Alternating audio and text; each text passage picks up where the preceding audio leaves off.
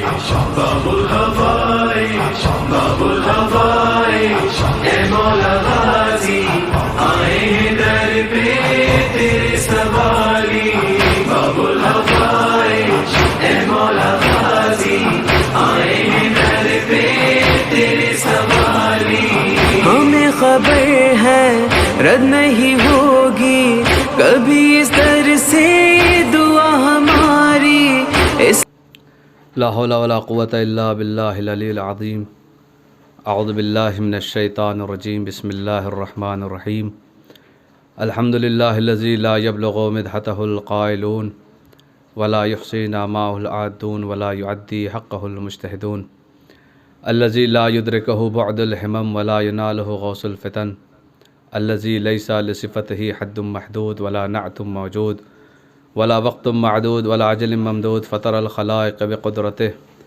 ونشر الرياح برحمته وابتدى بالصخور المیدان ارضه والصلاة والسلام وتحیۃ والاکرام على من اختار اللہ شجرة الانبیاء والمشکات الضیاء والکتاب الہادی والمنہاج الباری مولا و مولا الکونین جد الحسن والحسین نبی القاسم محمد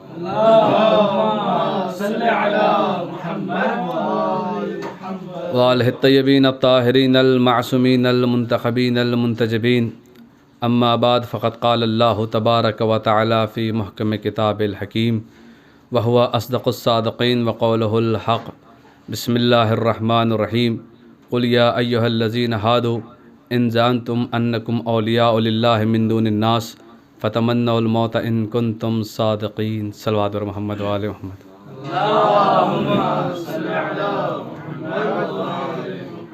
بہت ہی مشہور آیت جس کے ترجمے سے آپ حضرات واقف ہیں کہ خالق کون و مکان کا ارشاد اپنے حبیب کے نام کرم حبیب ان یہودیوں سے کہہ دیجئے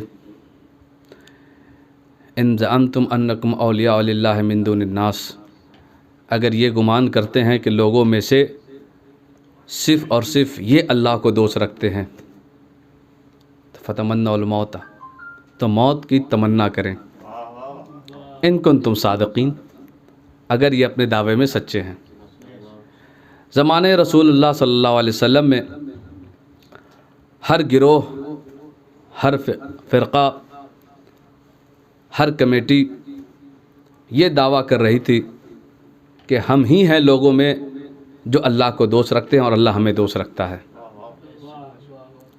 لہٰذا پروردگار عالم نے قرآن مجید کی اس آیت کو نازل کر دیا کہ اگر یہ اپنے دعوے میں سچے ہیں یہ گمان کرتے ہیں کہ اللہ کو دوست یہی رکھتے ہیں اور اللہ انہیں دوست رکھتا ہے تو انہیں چاہیے کہ موت کی تمنا کریں تو اب ہمیں پہچاننا یہ ہے کہ ولی اللہ ہے کون بھائی اللہ کو دوست کون رکھتا ہے تو ہمیں ولی اللہ کیسے پہچاننا ہے پوری توجہ چاہتا ہوں چونکہ ہر انسان دعویٰ کر رہا ہے تو سامنے والے کو پتہ کیسے چلے کون اصلی ہے اور کون نقلی لہٰذا پروردگار عالم نے قرآن مجید میں آیت نازل کی اور کچھ صفتیں بیان کی اگر پروردگار عالم نام لے لیتا تو ہر انسان نام رکھ لیتا لیکن پروردگار عالم نے صفت بیان کی کہ ولی اللہ کی صفت کیا ہے پوری توجہ چاہتا ہوں پروردگار عالم نے ارشاد فرمایا کہ بے شک ولی اللہ وہ ہیں جو نہ خوف کھاتے ہیں نہ حزن کھاتے ہیں نہ انہیں نہ خوف ہوتا ہے نہ حزن ہوتا ہے یعنی اللہ کے ولی کی سب سے پہلی نشانی یہ ہے کہ اسے نہ خوف ہوگا نہ حزن ہوگا وہ نہ ڈرے گا یعنی کیا مطلب وہ نہ آئندہ آنے والی مصیبت سے ڈرے گا نہ گزری ہوئی مصیبت پر رنجیدہ ہوگا تو سب سے پہلی نشانی یہ ہے کہ وہ کسی سے ڈرے گا نہیں اللہ کے علاوہ پوری توجہ چاہتا ہوں تو اس کا مطلب یہ ہے کہ ہم ولی اسے مانیں جو ڈرے نہیں تو پروردگار عالم جو ڈر جائے تو کہا وہ اولیاء شیطان میں سے ہے پوری توجہ چاہتا ہوں پروردگار عالم نے فرمایا لا تحزن جو ڈرتا نہ ہو وہ اولیاء خدا میں سے ہے، وہ اولیاء اللہ ہے، وہ ولی اللہ ہے۔ اب مجھے سمجھ میں نہیں آتا کہ ہم کہاں تلاش کریں، مگر تاریخ اور روایت نے یہ بیان کیا ہے کوئی صاحب تھے جو غار میں رو رہے تھے، ڈر رہے تھے، اسی وجہ سے رسول اللہ نے کہا تھا لا تحزن لا تحزن، اس بات کی دلیل ہے کہ کوئی حزن کھا رہا تھا۔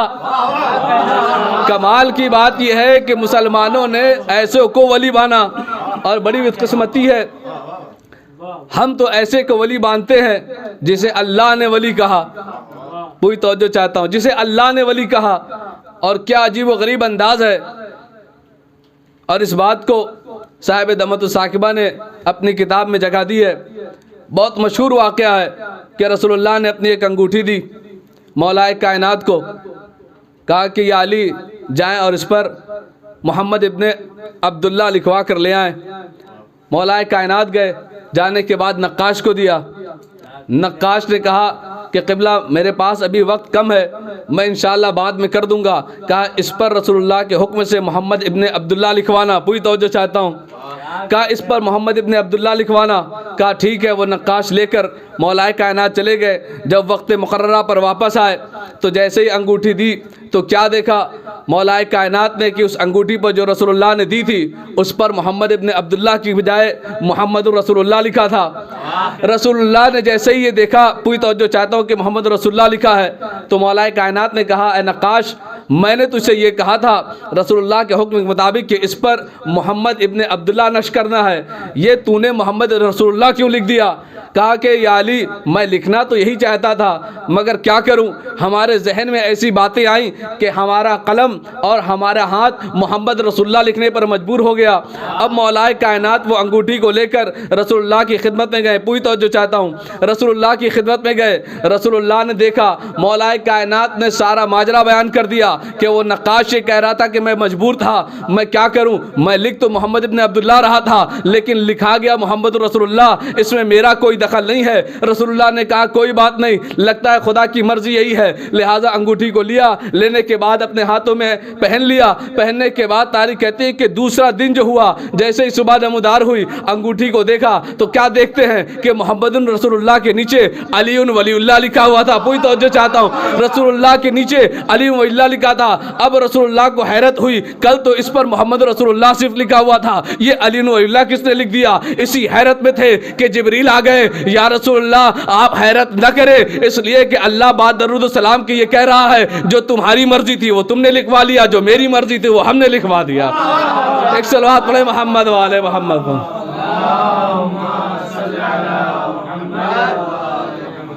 تو ہم تو ایسے کو ولی اللہ مانتے ہیں کہ جسے اللہ نے کہا کہ یہ ولی اللہ ہے۔ پوری توجہ چاہتا ہوں، جسے اللہ نے کہا کہ ولی اللہ ہے۔ لیکن مسلمانوں کا کیا ہے، ہر حجامت کرنے والے کو ولی اللہ مانتے ہیں۔ ایک صلوات پڑھے محمد والے محمد پر۔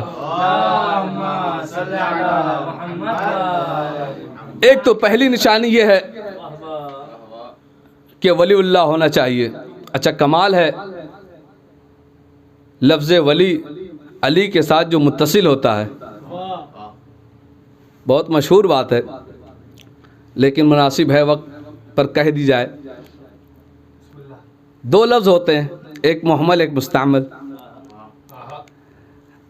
آپ حضرات ہم سے بہتر جانتے ہیں، ایک لفظ جو معنی میں استعمال کیا جاتا ہے اسے مستعمل کہتے ہیں، جس کا کوئی معنی نہ ہوتا اسے محمل کہتے ہیں۔ ہر لفظ کا ایک محمل ہوتا ہے جس کا کوئی معنی نہیں ہوتا، مگر کیا کہنے، ہمیں تو اب تک دو نام ایسے ملے کہ جس کا محمل بھی اتنا معنی دار ہے، پتہ نہیں اس کا اصل معنی کیا ہوگا۔ دو ہی معنی ملے، یا تو ایک اللہ ہے یا ایک علی ہے۔ پوری توجہ چاہتا ہوں، اگر اللہ کو بھی کسی نے استعمال کیا تو یا تو کہا اللہ واللہ، یا تو یہ کہا علی ولی۔ تو مجھے کہنے دیجئے جس کا محمل معنی اتنا بلند ہے اس کا مستعمل معنی کتنا بلند ہوگا۔ ایک صلوات پڑھے محمد والے محمد پر۔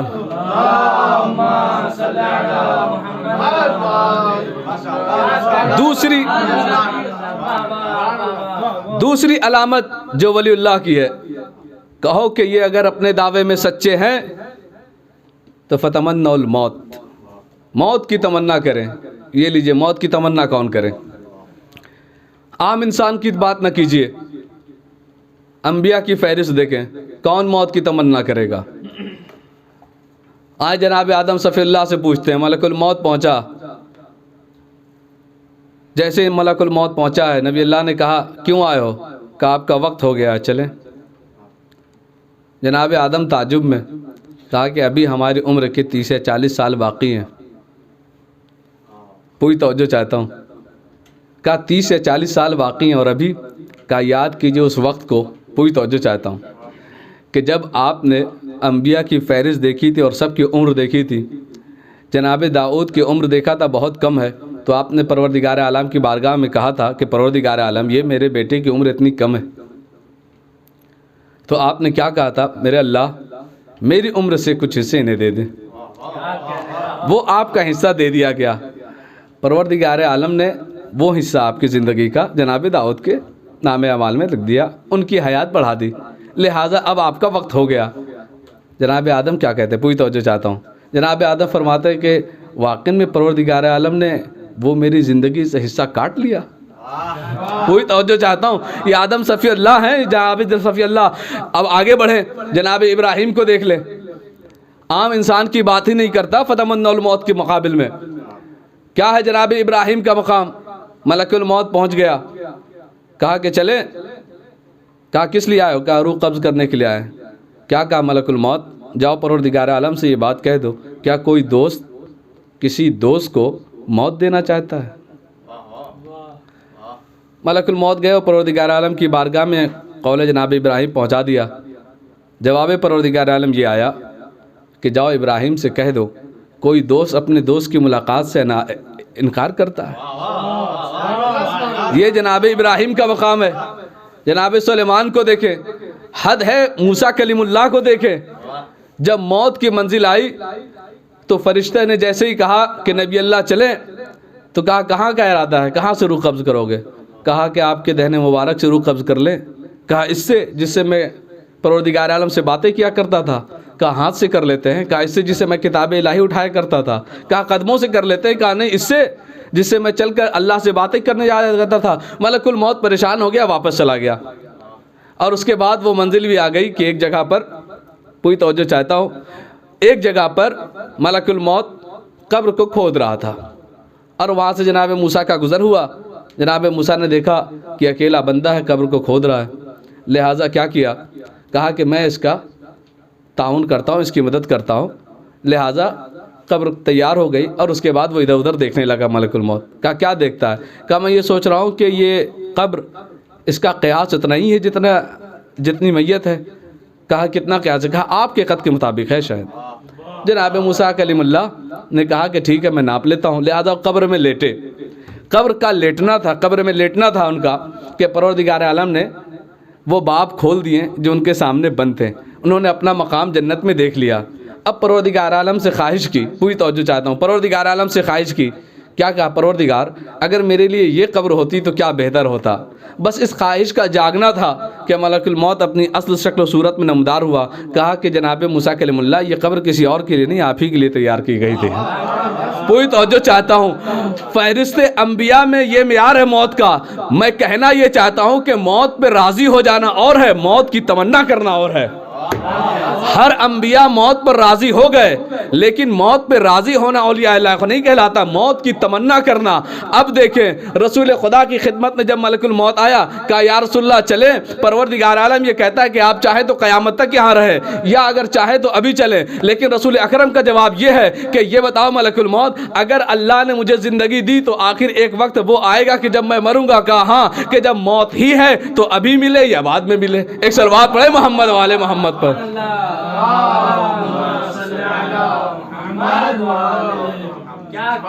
جب ولی اللہ کی بات آئی تو کیسے نہ اس کا تذکرہ کیا جائے جو واقعی میں ولی اللہ ہے۔ اور کیا کہنے مولائے کائنات کے، جنگ میں امام حسن علیہ السلام نے صرف اتنا پوچھا تھا کہ بابا تیروں کی بارش ہو رہی ہے، کیا پہلوان، کیا بہادر ایسے جنگ کرتے ہیں؟ تو امام حسن علیہ السلام سے مولائے کائنات نے کہا میرے لال تمہارا باپ موت سے نہیں ڈرتا، یا تو میں موت پر چلا جاؤں یا موت مجھ پر آ جائے، میں موت سے نہیں خوف کھاتا۔ تو واقع میں یہ اولیاء خدا ہیں جو موت کی تمنا کرتے ہیں۔ اور جتنے بھی امام ہیں، صرف مولا کائنات کی بات نہیں ہے بلکہ جتنے بھی امام ہیں سب اولیاء خدا ہیں، مگر کیا کہنے ان اولیاء کے جس پر امام نے بھی اولیاء اللہ کہہ کر سلام کہا۔ کیا الفاظ استعمال کیے زیارت میں، السلام علیکم یا اولیاء اللہ وحبہ۔ جو اولیاء خدا انبیاء میں نہ ملے، کربلا تیری عصمت کو لاکھوں سلام، کربلا تیری رفعت کو لاکھوں سلام۔ کیسے کیسے اولیاء خدا، نہ رنگ کا کوئی معیار ہے، نہ شکل و صورت کا کوئی معیار ہے، نہ قبیلے کا کوئی معیار ہے، نہ عمر کا کوئی معیار ہے۔ اور یہی وجہ ہے کہ آپ اگر کربلا کی تاریخ دیکھیں، عمر دیکھیں، شکل و صورت دیکھیں، حبش کا رہنے والا، ضعیف، مولا علی کی خدمت میں، امام حسن علیہ السلام کی خدمت میں ہوتا ہوا چوتھے امام کی خدمت میں آیا۔ نام کیا ہے؟ جون۔ موت کی تمنا کرنے والے دیکھیں کیسے ہوتے ہیں۔ بار بار قریب حسین کے پاس لوگ آ رہے ہیں کہ مولا مجھے مرنے کی اجازت دیجیے، اور وہ وقت بھی آ گیا کہ جب جناب جون مولا کی خدمت میں آئے، کہا مولا مجھے بھی مرنے کی اجازت دیجیے۔ جیسے یہ کہنا تھا، مظلوم حسین کی آنکھوں میں آنسو آ گئے۔ جون تمہاری زندگی کے آخری لمحے میں یہ چاہتا ہوں کہ سکون سے گزر جائے، جون میں تمہیں اجازت نہیں دے سکتا۔ اتنا کہنا تھا کہ جناب جون نے ایک جملہ کہا کہ مولا میں سمجھ گیا کہ آپ مجھے اجازت کیوں نہیں دے رہے ہیں، میں حبش کا رہنے والا ہوں اس لیے آپ ہمیں اجازت نہیں دے رہے ہیں۔ اللہ اکبر! کون جون؟ وہ جون جن کے لیے معصومین نے دعا کی۔ اور حد یہ ہے کہ امام نے فرمایا کہ اولیاء اللہ پر سلام، کون اولیاء خدا ہیں؟ کربلا والے ہیں۔ اور یہی وجہ ہے کہ آپ دیکھیں امام حسین علیہ السلام نے مدینے کا رخ کیا، اور رخ کرنے کے بعد اپنے نانا سے کہا، نانا آپ کے پسندیدہ عورتیں ہمارے پسندیدہ اور ہیں، آپ کے ناصر عورتیں ہمارے ناصر اور ہیں، آپ کے مددگار بھی تھے ہمارے بھی مددگار تھے، لیکن جو مددگار مجھے ملے ہیں نہ میرے نانا کو ملے، نہ میرے بابا کو ملے، نہ میرے بھائی کو ملے۔ اللہ اکبر! کربلا میں کیسے کیسے لوگ تھے، کس کس کا تذکرہ کیا جائے۔ بات جب موت کی آتی ہے تو ایک شہزادے کا تذکرہ کیا جاتا ہے۔ عزیزان محترم، بزرگ چونکہ جانتے ہیں اپنا معیار، اپنا رتبہ، لیکن تاریخ کہتی ہے کہ ایک 13 سال کا بچہ ہے، موت کو کیا چاہتا ہے آج دنیا موت کا ذائقہ نہیں بتا سکتی، لیکن جیسے ہی جب یہ دیکھ رہے ہیں کہ لوگ انصار شہید ہو رہے ہیں اور آ رہے ہیں، ایک 13 سال کا یتیم ہے جو ایک مرتبہ امام حسین علیہ السلام کی خدمت میں آیا، اور آنے کے بعد کہتا ہے چچا جان مجھے مرنے کی اجازت دیجیے۔ جیسے یہ جملہ سننا تھا، ایک مرتبہ امام حسین رونے لگے، نہیں قاسم میں تمہیں مرنے کی اجازت نہیں دے سکتا۔ جیسے یہ جملہ سننا تھا، ایک مرتبہ جناب قاسم اپنی ماں کے پاس گئے، اور جانے کے بعد کہا چچا مجھے مرنے کی اجازت نہیں دے رہے ہیں۔ اتنا سننا تھا، ایک مرتبہ مادر قاسم نے کہا میرے لال آخری وقت میں تیرے بابا نے ایک تعویذ کو باندھا تھا اور یہ کہا تھا کہ جب کوئی مصیبت کا وقت آ جائے میرے لال پر تو اس تعویذ کو کھول کر پڑھ لینا، اس میں اس کا حل لکھا ہوگا۔ میرے لال اس سے بڑی مصیبت کیا ہوگی کہ وقت کا امام نرغہ عادہ میں گھرا ہے اور تمہیں مرنے کی اجازت نہیں ہو رہی، دے دی جا رہی ہے۔ تاریخ کہتی ہے کہ جیسے یہ سننا تھا جناب قاسم خیمے کے پیچھے گئے اور جانے کے بعد اس تعویذ کو کھول کر پڑھا۔ عجیب و غریب تعویذ ہے، ہر تعویذ باندھنے والا اپنے بچوں کو تعویذ باندھتا ہے تاکہ میرا لال ہر مصیبت سے بچے، ہر مصیبت سے محفوظ رہے۔ لیکن دیکھیں یہ اولیاء خدا ہیں، کس طریقے سے پروردگار عالم سے ان کا لگاؤ ہے۔ اللہ اکبر! جب اس تعویذ کو کھول کر پڑھا ہے تو عجیب و غریب جملہ لکھا امام حسن نے، اے میرے لال قاسم جب اس تعویذ کو کھول کر تم پڑھو گے اس وقت میرا بھائی حسین، زہرا کا لال حسین نرغہ عادہ میں کربلا کے میدان میں گرا ہوگا۔ اے میرے لال میں تو نہ رہوں گا، موت نے مجھے مہلت نہیں دی ہے، میرے لال تم رہو گے، میری طرف سے اپنی جان کو نچھاور کر دینا۔ موت کی جیسے ہی یہ خبر سنی ہے جناب قاسم خوش ہو گئے، امام حسین کی خدمت میں آئے۔ امام حسین کی خدمت میں آنے کے بعد وہ خط دیا، جیسے ہی امام حسین نے اپنے امام کا خط دیکھا ہے سامنے فوراً کھڑے ہو گئے، میرے لال یہ تم کیا لے کر آئے ہو، اب میں تمہیں روک نہیں سکتا، لیکن ایک بات ضرور ہے، اے قاسم تم یہ بتاؤ کہ موت تمہارے نزدیک کیسی ہے۔ جیسے یہ جملہ سننا تھا، ایک مرتبہ 13 سال کے قاسم نے، حسن کے یتیم نے ایک جملہ کہا، اے چچا جان موت میرے میرے نزدیک شہد سے زیادہ شیریں ہے۔ اللہ اکبر۔ کیسے تھے کربلا کے میدان میں؟ تاریخ کہتی ہے کہ خیمہ گاہ میں امام حسین علیہ السلام کے کہنے کے مطابق جناب قاسم گئے، آخری رخصتی ہوئی، مادر قاسم نے پتہ نہیں باتوں باتوں میں یہ کہہ دیا ہو کہ اے قاسم، ارے تمہارے بابے کے جنازے پر میں نے تیر دیکھا تھا، میرے لال میری عزت تیرے حوالے ہے۔ عجب نہیں کہ جناب قاسم نے کہا ہو اے اماں، ارے بابا کا جنازہ آیا تھا تو آپ نے پہچان لیا تھا، میرا جنازہ آئے گا تو پہچان نہ پائیں گے۔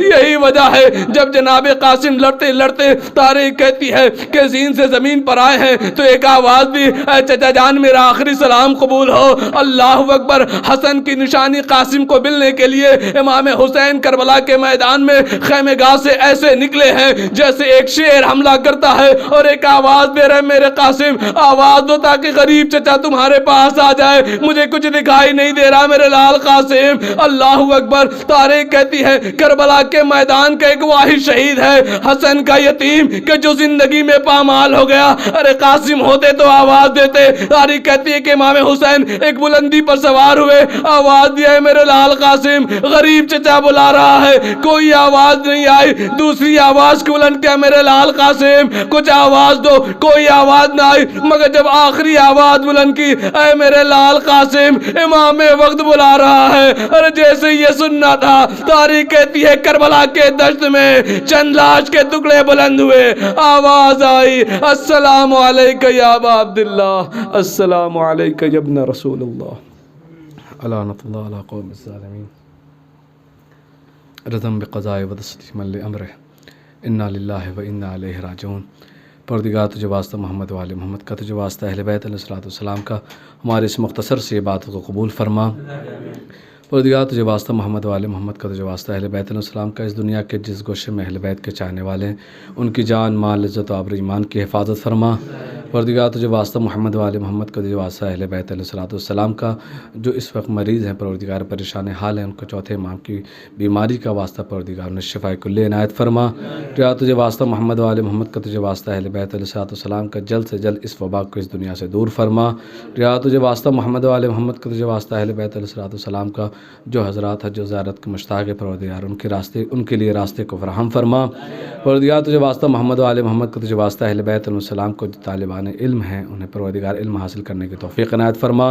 پروردگار تجھے واسطہ محمد و آل محمد کا، تجھے واسطہ اہل بیت علیہ السلام کا ہمارے مرحومین پر رحم فرما۔ پروردگار انہیں جوار معصومین میں جگہ عنایت فرما۔